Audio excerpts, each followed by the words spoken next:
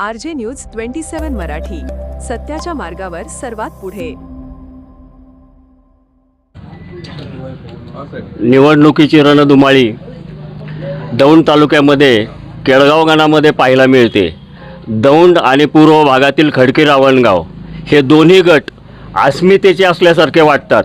अस्मितेचे कारण का, तिथं माजी आमदार कृष्णाजी जगदाळे यांचे सुपुत्र बाबा जगदाळे, तसेच केळगाव गटामध्ये रमेशप्पा थोरात माजी आमदार, त्यांचे सुपुत्र गणेश थोरात, हे दोन्ही मातब्बर नेते उभा राहिलेले आहेत निवडणुकीनिमित्त. त्यानिमित्ताने माजी आमदार आज बापूराव गायकवाड यांच्या घरी त्यांच्या वाढदिवसाचं निमित्त साधून बापूराव गायकवाड यांनी राष्ट्रवादीमध्ये प्रवेश केला आहे. तर त्यानिमित्त आपणच्या तोंडूनच आपल्याला सांगतील. नमस्कार, मी रमेश थोरात. उद्याच्या 5 तारखेला संपूर्ण राज्यामध्ये ज्या काही जिल्हा परिषदच्या निवडणुका संपन्न होणार आहेत, त्यामध्ये पुणे जिल्हा परिषदेची निवडणूक आहे आणि त्या निवडणुकीमध्ये दौंड तालुक्यातील जिल्हा परिषद आणि पंचायत समितीच्या निवडणुका, त्याची रणधुमाळी आता चालू आहे. आणि म्हणून आमचे सर्वांचे नेते अजितदादा पवार यांच्या नेतृत्वाखाली राष्ट्रवादी काँग्रेसच्या वतीनं 7 जिल्हा परिषद सदस्य आणि 14 पंचायत समिती सदस्य हे उभे करण्यात आलेले आहेत आणि अतिशय सक्षम असे उमेदवार या ठिकाणी उभे करण्यात आलेले आहेत. आणि बहुतांशी लोकांचा, म्हणजे आता मी राहुपेठात जाऊन आलो आहे, तिथं आता सभा झाली आहे, तिथं नारळ फोडला आहे. तिथले अनेक वर्ष कैलासांना गाडवे वगैरे तुम्हाला माहिती असतील. तिथं त्याच्यानंतर संभाबा कुदळे, त्याच्यानंतर हे सुभाष नाना कुदळे, सगळ्यांनी आज येऊन सगळं पाठिंबा देऊन भाषणं करून सगळं हे करून दिलेलं आहे. वाय शिंदे सगळे, म्हणजे याचा अर्थ लोकांच्या मनामध्ये आता कुठल्याही परिस्थितीमध्ये दादांच्या नेतृत्वाखाली राष्ट्रवादी काँग्रेस पक्ष आणि त्या पक्षाचे जे उमेदवार असतील ते उमेदवार कुठल्याही परिस्थितीत लोक निवडून देणार. एकदा जनमताच्या हातात गेल्यानंतर आमच्यासारखे पुढारी काही करू शकत नाही आहे. म्हणून आता लोकांनीच ही निवडणूक हातात घेतलेली आहे आणि म्हणून उद्याच्या निवडणुकीमध्ये दादांच्या नेतृत्वाखाली जे काही घड्याळ चिन्ह आहे, त्या घड्याळ चिन्हाच्या समोरचं बटन दाबून भरघोस मतांनी त्या उमेदवारांना विजय करतील.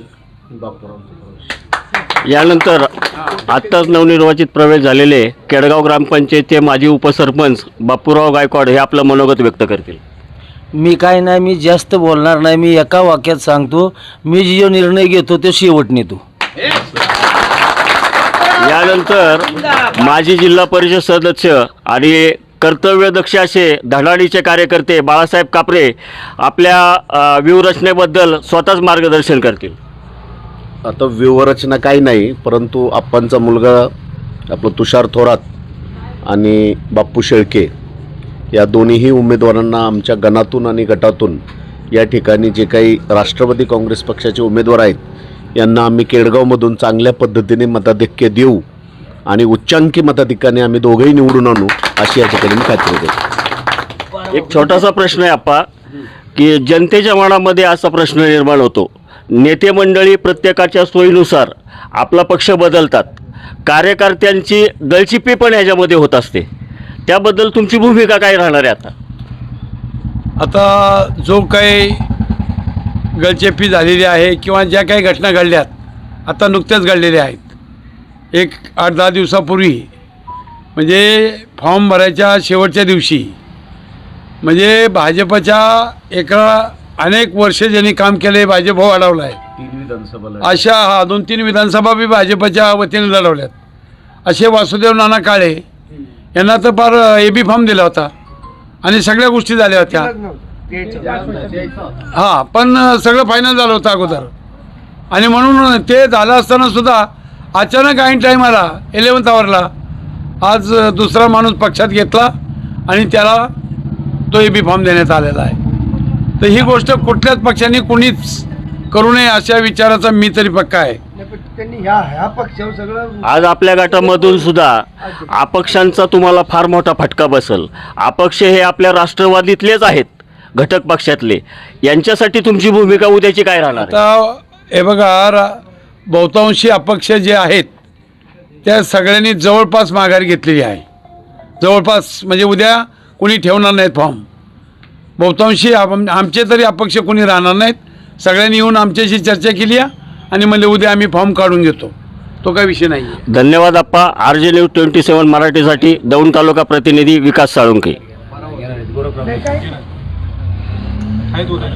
आहे नाही